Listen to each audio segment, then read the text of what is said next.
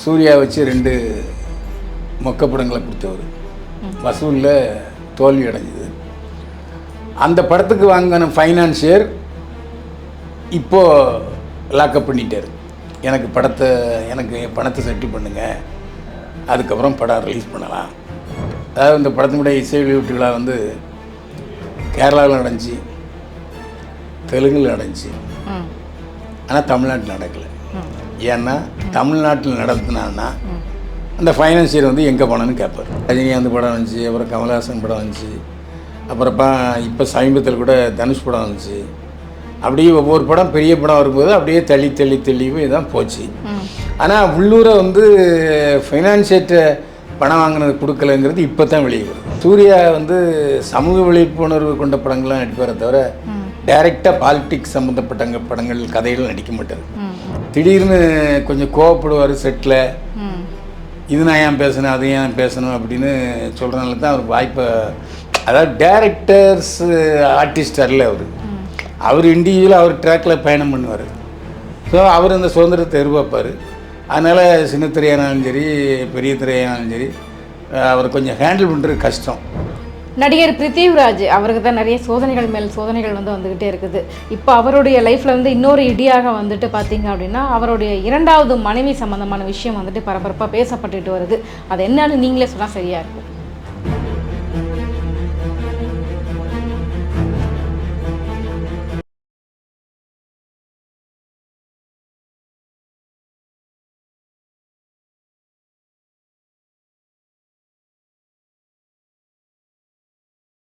நேயர்களுக்கு வணக்கம். இன்றைய நேர்காணலில் நம்மோடு இணைந்திருக்கிறார் திரைப்பட நடிகர் மற்றும் யூடியூபர் திரு பைல்வான் ரங்கநாதன் அவர்கள். வாருங்கள் பேசுவோம். வணக்கம் சார். என்னை வாழ வைத்துக் கொண்டிருக்கும் யூடியூப் சேனல் நேயர்களுக்கு நன்றியும் வணக்கம். இன்றைய தினம் பார்த்தீங்க அப்படின்னா கருப்பு படம் சூர்யா நடிப்பில் கருப்பு படம் ரிலீஸ் ஆக இருந்தது. ஆனால் ரிலீஸ் தேதி இல்லை அப்படின்னு சொல்லிட்டாங்க. என்ன காரணம்? இந்த படத்துக்கு பின்னாடி இருக்கக்கூடிய பிரச்சனைகள் என்ன சார்? கொஞ்சம் விரிவாக சொல்லுங்கள். இந்த படத்தினுடைய தயாரிப்பாளர் ஏற்கனவே சூர்யா வச்சு 2 மொக்க படங்களை கொடுத்தவர். வசூலில் தோல்வி அடைஞ்சிது. அந்த படத்துக்கு வாங்கின ஃபைனான்சியர் இப்போது லாக்கப் பண்ணிட்டார். எனக்கு பணத்தை செட்டில் பண்ணுங்கள், அதுக்கப்புறம் படம் ரிலீஸ் பண்ணலாம் அப்படின்னு சொல்லிட்டார். அது மட்டும் இல்லாமல் இந்த இவிபி ஃபிலிம் சிட்டியில் ஷூட்டிங் நடத்தியிருக்காங்க. அதில் 17 லட்சம் ரூபா பாக்கி. இந்த அந்தானி இழுத்து அடிச்சிருக்காங்க. படம் ரிலீஸ் ஆனாச்சுன்னா எப்படி அவங்களுக்கு கொடுப்பாங்க? அவங்க கொடுக்க முடியும் தொழிலாளர்களுக்கு. தொழிலாளர்களும் போராட்டம் நடத்துகிறாங்க. அதனால் லாக் ஆகிடுச்சு. ஏற்கனவே இந்த படத்தினுடைய ஒரு கான்ட்ரவர்சி ஒன்று போயிட்டுருக்கு. அதாவது இந்த படத்தினுடைய இசை வெளியீட்டு விழா வந்து கேரளாவில் நடந்துச்சு, தெலுங்கில் நடந்துச்சு. ஆனால் தமிழ்நாட்டில் நடக்கலை. ஏன்னா தமிழ்நாட்டில் நடத்தினான்னா அந்த ஃபைனான்சியர் வந்து எங்கே போனோன்னு கேட்பார். அதுக்காக தமிழ்நாட்டில் மட்டும் நடத்தலை. தமிழ்நாட்டில் கருப்பு படத்துக்கான ப்ரமோஷன் எதுவுமே கிடையாது. ஒரு ப்ரெஸ் மீட்டு கிடையாது, ஒரு ஆடியோ ஃபங்க்ஷன் கிடையாது. இப்போ படம் ரிலீஸ் ஆகுது. அதனால் அதுக்கான எதிர்பார்ப்பு கொஞ்சம் கம்மியாக இருந்தது. அதுவும் இல்லாமல் இசை வெளியீட்டு விழாவுக்கு அந்த படத்தில் கதாநாயகி அடித்த த்ரிஷாவையும் கூப்பிடலை. அந்த மாதிரி ரொம்ப வருத்தப்பட்டு எனக்கு மெயிலில் இன்விடேஷன் அனுப்பியிருப்பாங்க போல், அது வரல அப்படின்னு கிண்டலாக சொல்லிச்சு. அதோட கருப்பு படத்தினுடைய போஸ்டர் எதுலேயுமே த்ரிஷா முகத்தை போடலை. எதுக்காக இந்த வெறுப்பு அப்படிங்கிறது தெரியல. இன்றைக்கி காலையில் ரோகிணி தேட்டரில் போய் எல்லோரும் வெயிட் பண்ணிகிட்டு இருக்கும்போது அதை கதவு திறக்கவே இல்லை, தேட்டர் கதவு. என்னென்னா படம் ரிலீஸ் ஆகலை அப்படின்னு சொல்லிட்டாங்க. இதுக்கிடையில் அந்த படத்தினுடைய இயக்குனர் ஆர்ஜே பாலாஜி அவர் 100 ரூபா வாங்கினா 1000 ரூபாய்க்கு பேசுவார். பயங்கரமான பேச்சாளி. ஏன்னா அவர் ஆர்ஜியாக இருந்து வந்தவர், அதனால் வளவளன்னு பேசுவார். அப்படிப்பட்ட சூழலில் அவர் என்ன சொல்லியிருக்காருன்னா அழுதுகிட்டே பேசுகிறார், வீடியோ போட்டிருக்கார். அதாவது மக்கள் தங்களுடைய துன்பங்களிலிருந்து விடுபடுவதற்கு தான் சினிமாவுக்கு வராங்க. அப்படி சினிமாவுக்கு வரும்போது சினிமாவும் ரிலீஸ் ஆகலைன்னா அவங்க என்ன செய்வாங்க? நானும் இந்த படத்தை ரொம்ப எதிர்பார்த்தேன், இந்த படம் பிளாக் பஸ்டர் ஆகும் அப்படின்னு நினச்சேன், ஆனால் ரிலீஸ் ஆகலை 6 மணிக்குள்ளே எல்லா பிரச்சனைகளும் தீர்ந்து படம் ரிலீஸ் ஆகும்னு நானும் எதிர்பார்க்குறேன்னு அழுதுகிட்டு வீடியோ போட்டிருக்காரு. ஆனால் இது வரைக்கும் சூர்யா தரப்பிலிருந்தோ தயாரிப்பாளர் தரப்பிலிருந்தோ எந்த முகாந்திரமோ எந்த பதிலோ விளக்கமோ வரல. அதான் விஷயம். இதில் இன்னொரு விஷயம், இன்றைக்கி தான் போராட்டம் ஆர்ப்பாட்டம் எல்லாம் பண்ணுறதாக கேள்விப்பட்டோம். எதை முன்னிட்டாக போராட்டம் நடக்குது, ஆர்ப்பாட்டம் நடக்குது, எதாவது தெரிஞ்சுக்கலாமா? அதான் EVP ஃபிலிம் சிட்டி தொழிலாளர்களுக்கு ஒரு 17 லட்ச ரூபா பாக்கி இருக்குது. சரி, ஓகே. அதாவது இவங்க கருப்பு பட தயாரிப்பாளர் கொடுக்கணும். அவங்க இன்றைக்கி இப்போ ப்ரெஸ் மீட்டு பண்ணும்போது என்ன சொன்னாங்கன்னா 17 லட்ச ரூபா தரணும். அந்த படத்தினுடைய ப்ரொடக்ஷன் மேனேஜர் ராஜேந்திரகிட்ட பல முறை நாங்கள் சொன்னோம். அந்த ஆள் கண்டுக்கவே இல்லை, தர்ற மாதிரியும் தெரியல. அதனால தான் இன்றைக்கி நாங்கள் வந்து நோட்டீஸ் கொடுத்துட்டோம். படம் ரிலீஸ் ஆனதுக்கப்புறம் எப்படி அவங்ககிட்ட பணம் வாங்குறது, அதனால நாங்கள் நோட்டீஸ் கொடுத்துருக்கோம் அப்படின்னு சொல்கிறாங்க. இந்த அடிப்படையில் பார்க்கும்போது தொழிலாளர்கள் அவங்களுக்கு ஆதரவு கொடுப்பாங்க. ஸோ இந்த படம் கொண்டு எப்போ ரிலீஸ் ஆகும் அப்படின்னு எடுத்துக்கலாம் சார்? அது ஃபைனான்சியருக்கும் தயாரிப்பாளர்கிட்ட தான் இருக்குது. நம்ம என்ன செய்ய முடியும்? பணத்தை கொடுத்துட்டா நாளைக்கே ரிலீஸ் பண்ணிடுவார், அது ஒன்றும் பிரச்சனை இல்லை. எல்லாம் பிரச்சனை தான். இதில் வந்து தயாரிப்பாளர் சங்கம் என்ன செய்கிறாங்க, நடிகர் சங்கம் என்ன செய்யுது, பெப்சி என்ன செய்கிறாங்கங்கிறதெல்லாம் தெரியலை. இதெல்லாம் புகாராக போயிருக்கா இல்லையா, ஏன் இப்படி பேசாமல் இருக்காங்க, எதுக்கு எடுத்தாலும் நாங்கள் ஸ்ட்ரைக் பண்ணணும்னு சமீபத்தில் கூட ஒரு நாள் ஸ்ட்ரைக் பண்ணாங்க தமிழ் பட தயாரிப்பாளர் சங்கம். ஆனால் இந்த மாதிரி ஒரு படம் சிக்கலில் இருக்குது, இதை ரிலீஸ் பண்ணுறதுக்கு ஏதாவது பேச்சுவார்த்தை நடத்துகிறாங்களான்னு தெரியல. ஸோ சூர்யா தரப்புலேருந்தோ த்ரிஷா தரப்புலேருந்தோ அந்த படத்துக்காக சப்போர்ட் பண்ணி எதுவும் பேசலை? இல்லை, எதுவுமே ஒரு அறிக்கை கூட இது வரைக்கும் விடலை. இல்லை. இந்த படத்துக்கு வித்தியாசமான முறையில் கருப்புன்னு பேர் வச்சிருக்கிறாரு, சென்டிமெண்ட்டா இது? கருப்புன்னு நீங்கள் ஈவேரா ஐயக்குன்னு நினச்சிடாதீங்க, அதுக்கு இதுங்க சம்மந்தமே இல்லை. இதுக்கு முன்னால் தனுஷ் நடித்த படம் கரான்னு ஒன்று வந்துச்சுல்ல, ஆமாம், அது வந்து கருப்புசாமி படம் தான். அதான் இப்போ ஒரு ஃபேஷன் என்ன, இப்போ முந்தா நாள் ஒரு வெப் சீரிஸ் பார்த்தேன், அதுலேயும் கருப்புசாமி வச்சு ஒரு டான்ஸ் போட்டிருக்காரு. அந்த படத்தினுடைய அந்த வெப் சீரிஸோட இயக்குனர் சர்க்குணம். அதனால் இப்போ அந்த மதுரையில் வந்து பேர் பெற்றவர் இந்த கருப்புசாமி, அறுவலோட காட்சி தருவார்.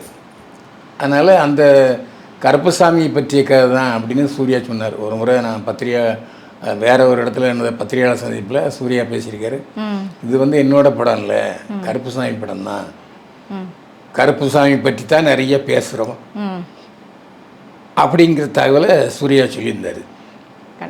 கருப்புசாமிக்கும் சூர்யா குடும்பத்துக்கும் எந்தவித சம்மந்தம் இல்லை.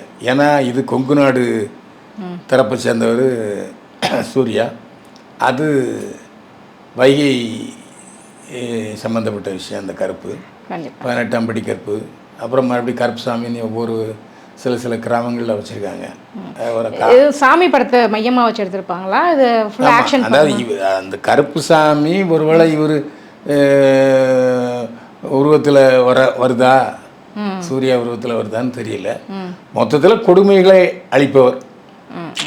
என் ஊரில் எல்லாரும் சிலவங்க ரவுடித்தனம் பண்ணிட்டு முள்ளமாரித்தனம் பண்ணிட்டு இருப்பாங்க, அவங்கள அழிப்பவர் தான் இந்த கருப்புசாமி. அதனால கருப்புன்னு பேர் வச்சுக்க. இந்த படம் தயாரிப்பாளர் வந்து ஒரு இன்டர்வியூவில் சொல்லும்போது சொல்லியிருக்காரு, கிட்டத்தட்ட வந்து ஒரு 32 மாதமாக இந்த படம் வெளியிடுவதற்கு நிறைய தடைகளை வந்து நாங்கள் சந்தித்தோம் அப்படின்ற மாதிரி. அவ்வளவு தடைகள் வந்து ஏற்பட்டுச்சா? என்னென்ன மாதிரியான தடைகள் ஏற்பட்டுச்சு சார் இந்த படத்துக்காக? முதல்ல பெரிய படங்கள் வருது இல்லையா, ரஜினிகாந்த் படம் வந்துச்சு, அப்புறம் கமல்ஹாசன் படம் வந்துச்சு, அப்புறப்பா இப்போ சமீபத்தில் கூட தனுஷ் படம் வந்துச்சு. அப்படியே ஒவ்வொரு படம் பெரிய படம் வரும்போது அப்படியே தள்ளி தான் போச்சு. ஆனால் உள்ளூரை வந்து ஃபைனான்சியேட்ட பணம் வாங்கினது கொடுக்கலங்கிறது இப்போ தான் வெளியே வருது. சரி, இந்த ஒரு காரணத்துக்காக தான் வந்துட்டு படம் இவ்வளோ தூரம் வந்து தள்ளி போய் நிற்கிது. கண்டிப்பாக. ஆனால் மனசாட்சிப்படி ஃபைனான்சியேட்டை எப்படி வாங்கினீங்களோ அதை திருப்பி கொடுக்க வேண்டியது அவங்க கடமை தானே. கண்டிப்பாக. ஆமாம், அதை நம்ம தப்புன்னு சொல்ல முடியல. அதனால் ஃபைனான்சியர்கிட்ட வாங்கின கடனை வட்டியை முதல்ல திருப்பி கொடுக்குறேன், இல்லாட்டி வட்டியை கொஞ்சம் குறைச்சிட்டு இங்கே வாங்கிங்கன்னு சொன்னால் கூட வாங்குறதுக்கான வாய்ப்பு இருக்குது. அது மத்தியஸ்தர்கள் மூலமாக பேச்சு நடத்தி தீர்க்கணும். கருப்பு படம் வரும். தயாரிப்பாளர் சங்கத்துக்கிட்ட ஏதாவது முறையிட்டிருக்காங்களா, புகார் மாதிரி எதுவும் தெரிவிச்சிருக்காங்களா அவங்க? அதை பற்றி இது வரைக்கும் எந்த தகவலும் இல்லை. சரி சார். இந்த கருப்பு படத்தில் வந்து எதுவும் அரசியல் எதுவும் பேசப்பட்டிருக்கா சார்? இல்லை அப்படி கருப்புசாமி படத்தில் வந்து அரசியல் பேசுகிற சூழ்நிலை இல்லை. ஏன்னா அது மட்டும் இல்லாமல் சூர்யா வந்து சமூக விழிப்புணர்வு கொண்ட படங்கள்லாம் நடிப்பாரே தவிர டைரெக்டாக பாலிட்டிக்ஸ் சம்மந்தப்பட்ட படங்கள் கதைகள் நடிக்க மாட்டார். ஏன்னா அவங்க அப்பாவும் அதை விரும்ப மாட்டார். அதனால் அது லைட்டாக இருக்கும், பாலிட்டிக்ஸ் இல்லாமல் படங்கள் இருக்காது. முழுக்க முழுக்க பாலிட்டிக்ஸ் படம் இல்லை கருப்பு, அது நல்லா தெரியும். நடிகர் பிருத்திவிராஜ் அவருக்கு தான் நிறைய சோதனைகள் மேல் சோதனைகள் வந்து வந்துக்கிட்டே இருக்குது. இப்போ அவருடைய லைஃப்பில் வந்து இன்னொரு இடியாக வந்துட்டு பார்த்தீங்க அப்படின்னா அவருடைய இரண்டாவது மனைவி சம்மந்தமான விஷயம் வந்துட்டு பரபரப்பாக பேசப்பட்டுட்டு வருது. அது என்னன்னு நீங்களே சொன்னால் சரியாக இருக்கும். நடிகர் பப்ளுங்கிற பிருத்திவிராஜ் அவர் அசிஸ்டன்ட் கமிஷனருடைய மகன். நல்ல நடிப்பு திறமை உள்ளவர். நிறைய டிவி சீரியல் நடிச்சிருக்காரு, நிறைய படங்களில் வெளில நடித்தார். நடிப்பு திறமை அதிகமாக உள்ளவர் பப்ளு. வேறு மாதிரியான ஒரு நடிகர் அவர், ரவிவரன் ஸ்டைலில் நடிக்கிறவர். அவர் வந்து அடையாறில் இருக்கிறார். அவர் ஏற்கனவே திருமணமாகி ஒரு குழந்தைக்கு தகப்பேன். அந்த குழந்தை வந்து ஸ்பெஷல் சைல்டுனா உங்களுக்கு தெரியும், நார்மல் சைல்டு மாதிரி இல்லை. அந்த பையனுக்காகவே அவர் வாழ்ந்துக்கிட்டு இருந்தார். அந்த பையனை ஜீப்பில் ஏற்றிக்கிட்டு நல்லா சுற்றிக்கிட்டு இருப்பார். கொஞ்சம் ஜாலியான டைப்பு, எனக்கு நெருங்கிய நண்பரும் கூட. அவர் திடீர்னு நான் கல்யாணம் பண்ணிட்டேன்னு சொல்லி ஒரு போஸ்ட் போட்டார். அந்த பொண்ணு பேர் ஷீத்தலும் அவரும் ரொம்ப நெருக்கமாக பல வீடியோக்குள்ளே போட்டுக்கிட்டு இருந்தாங்க. ஒரு 6 மாதம் போல் இருக்கும். திடீர்னு பிரேக்கப்னு சொல்லிட்டு ஷீத்தல் ஓடி போயிடுச்சு. ஆனால் ஷீத்தல் இவரை பற்றி ஒன்றும் தப்பாக பேசலை, பப்புலும் ஷீத்தலை பற்றி தப்பாக பேசலை. அதுக்கப்புறம் மகனோட தான் இருக்கார் பிருத்திவிராஜ். இப்போ திடீர்னு ஷீத்தல் என்ன பண்ணுறாரு, சுமேஷுங்கிறவரை நான் கல்யாணம் பண்ணிட்டேன், சுமேஷோட நான் இப்போ வெளிநாட்டில் தேனியில் அனுபவிச்சுக்கிட்டு இருக்கேன்னு ஷீத்தல் போட்டுக்கிட்டு இருக்காரு. ஷீத்தல் வந்து பப்புல கடுப்பேற்றுற மாதிரி அவர் போட்டுக்கிட்டு இருக்கார். பார்த்தியா நான் எவ்வளோ சந்தோஷமாக இருக்கேன், உங்கள்கிட்ட இருந்து பிரிஞ்சு நான் இப்போ எவ்வளோ சுதந்திரமாக சந்தோஷமாக என் புருஷனோட வெளிநாட்டில் சுற்றி பண்ணிகிட்டு இருக்கேன் அப்படின்னு சொல்கிற மாதிரி வலைதளத்தில் போட்டிருக்காரு. இது கொஞ்சம் பப்புலுக்கு கஷ்டமாக தான் இருக்கும். கண்டிப்பாக. ஆனால் இந்த வயசு வித்தியாசமே ரொம்ப அதிகமாக இருந்துச்சு அப்போ அப்படின்னு சொன்னாங்க. அது ஷீத்தலுக்கும் பிருத்திவிராஜ் அவர்களுக்குமே ரொம்ப மகள் வயசில் இருக்கிற பொண்ணை தான் மேரேஜ் பண்ணியிருக்காரு. இல்லை, அது ஷீத்தல் மனமும் தானே கல்யாணம் பண்ணிட்டு. இது பிரீத்தி அதை பப்ளு விஷயத்தில் மட்டும் நடக்கலை. சமீபத்தில் ஒரு நடிகை வந்து மலையாள நடிகை ஒரு வயசான டைரக்டர் கல்யாணம் பண்ணிட்டாங்க. அது வந்து மனசும் இணையிறது, வயசும் இணையிறது இல்லை. அதாவது 20 வயசு வித்தியாசங்கிற பெரிய விஷயம் இல்லை. அது ஷீத்தலே அதை சொல்லிச்சு, நான் வந்து அந்த வயசு வித்தியாசத்தை பார்க்கலன்னு. இல்லை, அதை பற்றி பேச வேண்டாம். ஓகே. இப்போ நிறையா பட வாய்ப்புகள் எல்லாமே கூட பிருத்திவிராஜ் அவர்களுக்கு இந்த காலகட்டத்தில் குறைஞ்சிருக்குது. இது இந்த ஒரு திருப்புமுனை தான் காரணம் எடுத்துக்க முடியும். இல்லை, அது காரணம் வந்து அவர் கொஞ்சம் டென்ஷன் பற்றி திடீர்னு கொஞ்சம் கோவப்படுவார் செட்டில். இது நான் ஏன் பேசணும், அது ஏன் பேசணும் அப்படின்னு சொல்கிறனால தான் அவருக்கு வாய்ப்பை, அதாவது டைரக்டர்ஸ் ஆர்டிஸ்ட் அல்ல அவர் இண்டிவிஜுவலாக அவர் ட்ராக்கில் பயணம் பண்ணுவார். ஸோ அவர் அந்த சுதந்திரத்தை எதிர்பார்ப்பார். அதனால் சின்ன திரையானாலும் சரி பெரிய திரையானாலும் சரி அவர் கொஞ்சம் ஹேண்டில் பண்ணுறது கஷ்டம். ஆனால் ஹேண்டில் பண்ணிட்டா அந்த ரிசல்ட் வேறு மாதிரி இருக்கும். கண்டிப்பாக. இப்போ அவருடைய ஸ்பெஷல் சைல்டு யாரு கூட இருக்காங்க சார்? அம்மாவோட பராமரிப்புலையா அப்பாவோட பராமரிப்பு? இல்லை, ஆரம்பத்துலேருந்தே அவங்க அம்மா மகனை விட்டுட்டு போயிட்டாங்க. ஸ்பெஷல் சைல்டோட பப்புல தான் வாழ்ந்துட்டு இருக்காரு. இப்போ பிருத்திவிராஜ் அவர்கள் எங்கே இருக்கிறாரு? இந்தியாவுக்குள்ளே தான் இருக்கிறாரு, வெளிநாட்டுக்கு? இல்லை, இங்கே தான் இருக்கார், அடையாறில் இருக்கார். என்ன செய்து கொண்டிருக்கிறார்? டெய்லி எக்ஸசைஸ் பண்ணுவார், உடம்பை ட்ரிம்மாக வச்சுக்குவார், அந்த எக்ஸசைஸ் பண்ணுற படங்கள்லாம் போடுவார். இப்போ அதிகமாக சமூக வலைதளங்களில் அவர் காண முடியல. ஏன்னா ஷீத்தலுடைய பிரேக்கப்புக்கு அப்புறம் கொஞ்சம் ஃபெட்டப் ஆகிட்டாருன்னு நினைக்கிறேன். மீண்டும் சந்திப்போம். வாழ்க வளமுடன்.